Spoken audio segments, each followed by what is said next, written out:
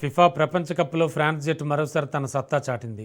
హోరాహోరీగా సాగిన క్వార్టర్ ఫైనల్లో మొరాకోను 2-0 తేడాతో ఓడించి సెమీఫైనల్లోకి ఘనంగా అడుగుపెట్టింది.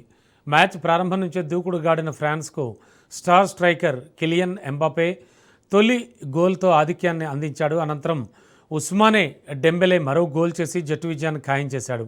మొరాకో పలుమార్లు గోల్ చేసే అవకాశాలు సృష్టించినా ఫ్రాన్స్ బలమైన డిఫెన్స్ను ఛేదించలేకపోయింది.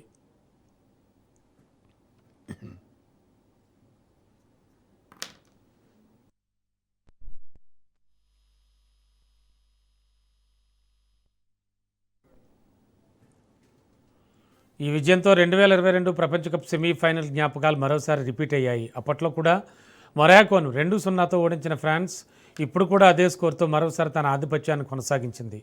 ఇప్పుడు ఫ్రాన్స్ సెమీఫైనల్లో స్పెయిన్, బెల్జియం క్వార్టర్ ఫైనల్ విజేతతో తలపడుతుంది. ఫైనల్ బెర్త్ కోసం జరగనున్న ఈ పోరు అభిమానుల్లో భారీ ఆసక్తిని రేకెత్తిస్తోంది.